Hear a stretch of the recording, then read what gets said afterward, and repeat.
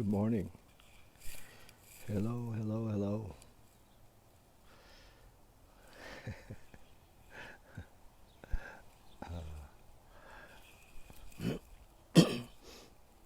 So, I just sat in my garden here about 3 minutes ago and wondered, what would I speak about today? And um, as I opened up this app, a friend had tagged me she had shared a post I had put up yesterday around acceptance, and and she said, "Wow, I really needed to see this today." And um, so uh, im- immediately my thinking went to, "Oh, I wonder what's happening for her. Is she in pain, or is she, what's happening?" And then it just was like, "Oh my gosh, you know, the remembering in the moment." Thank you, by the way, for saying that. The remembering came so strong that we don't know anything. Ego is so convinced that it sees a set of circumstance and it means this or it means that. And we don't know. We just don't know. It may seem obvious even. It may seem, oh my God, it must mean this. But life is subjective. What means something one day, even to us, will mean something the next day, even to us. It will mean something different. So we're always making meaning. And then, from our meaning, we create suffering. Oh, whatever it is, he left me. And that must mean what? That I'm not good enough, or we just make up meaning. We make up story, and out of our story, we produce our misery or our joy in a way. But the joy that comes from our story is short-lived, because everything on the outside is passing.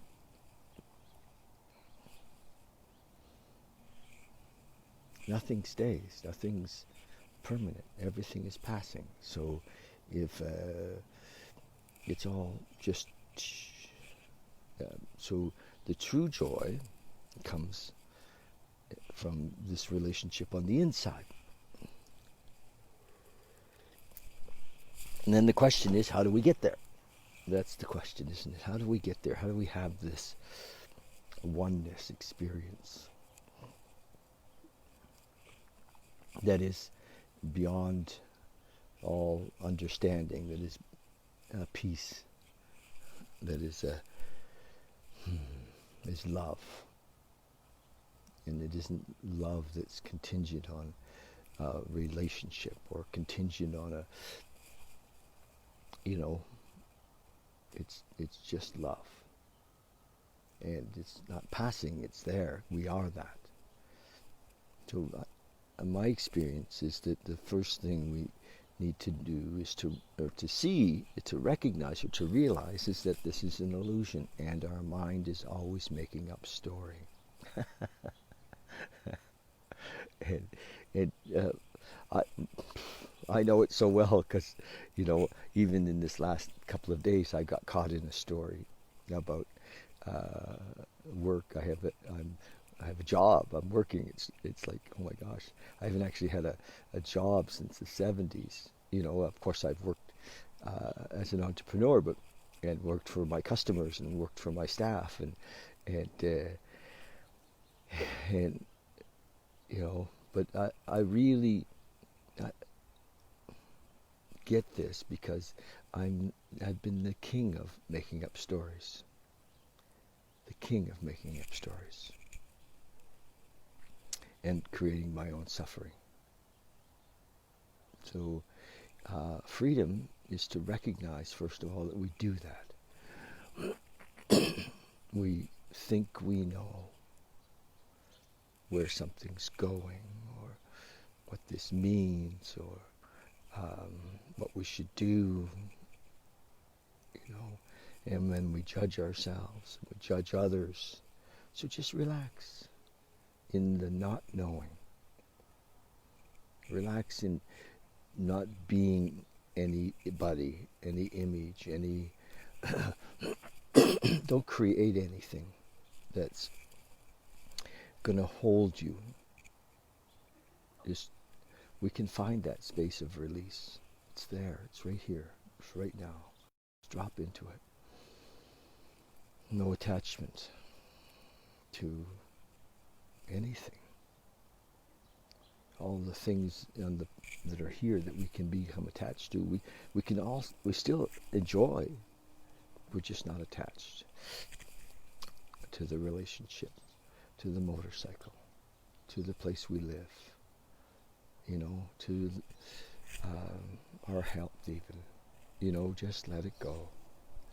And it is, life lives us. We're in the flow, and it's beautiful. We're surrendered.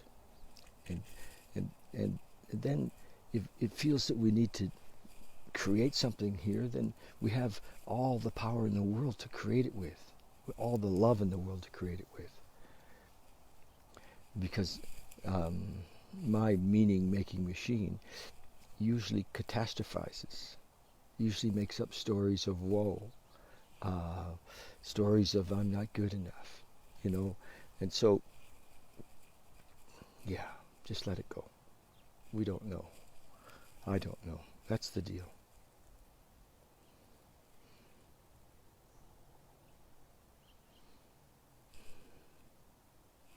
Right on.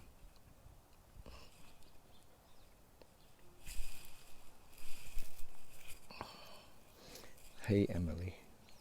Hi, honey love.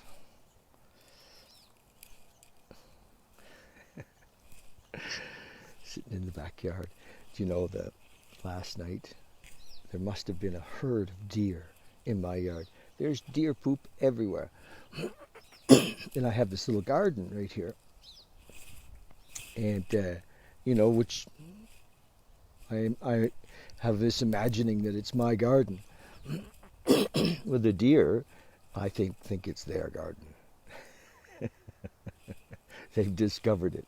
And last night there had to be 3 or 4 deer in my yard because one deer can't poop all that much. And they cleaned up the lettuce pretty good. And they don't eat the tops off of the carrots, which is nice. But they did eat all the beans. So I got to feed the local deer last night. Isn't that great? Anyway, and those are the kind of things we make up story about.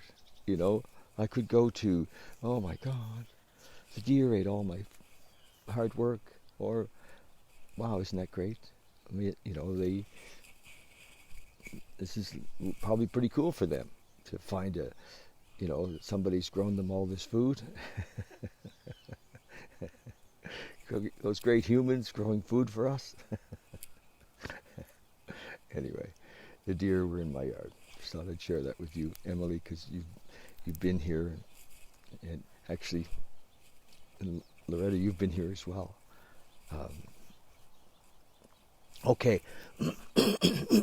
Again, I don't know what day it is, but I think it's the 25th. Is it the 25th? Anybody? I think it is.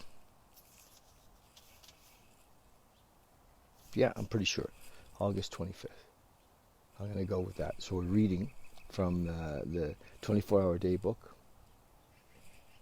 And I'll know later if I read the wrong day.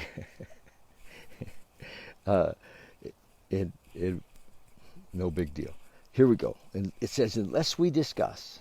This is, by the way, for those of you who don't know, this book was written in 1954, and the 12 steps of Alcoholics Anonymous at the time it was a very young program, very young. Got less than 20 years since Bill W. had met Bob And so less than 20 years. And they, it was new, it was young. We were going through growing pains. And anyway, this man wrote this book, a daily book, a book for each day, thought for the day, and a meditation for the day, for the members of that organization at the time. And August 25th. Unless we discuss, it says, unless we discuss our defects with another person, we do not acquire enough humility, fearlessness, and honesty to really get the program, or to really get awakening. Really, the program is awakening. We must be entirely honest with somebody if we expect to live happily in this world. We must be hard on ourselves, but always considerate of others.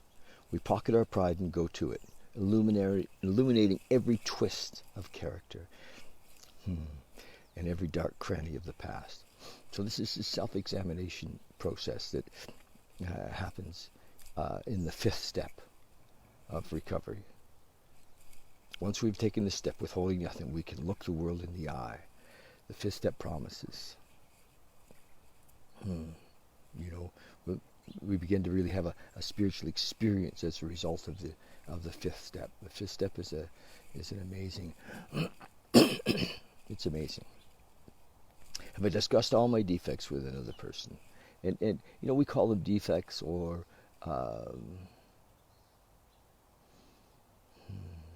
what else does Bill call them? They're all as a result of our thinking we know. All as a result of us trying to run the show. And we see that we've created our own misery. It's very well done. Very well done. Meditation today. Never yield, it says, to weariness of the spirit. Never yield to weariness of the spirit. At times, the world's cares and distractions will intrude, and the spirit will become weak. At times like this, carry on, and soon the spirit will become strong again. God's spirit is always with you to replenish and renew. None ever sincerely sought God's help in vain. Physical weariness and exhaustion make a time of rest and communion with God more necessary. When you are overcome by temporary conditions which you cannot control, keep quiet and wait for the power of the Spirit to flow in. So just relax. Prayer for the day. I pray that I may not speak or act in the midst of emotional upheaval. I pray that I may wait till the tempest is past. So it says we pause when agitated. And that's what he's talking about there. Just easy does it. So anyway, the theme again of the day is that we don't know. We think we know. When stuff happens, we think we know what it means. And our magical meaning-making machine, the mind, is always creating stories, about, as if we know that this happens, that will happen, and that happens, this will happen, and we play out these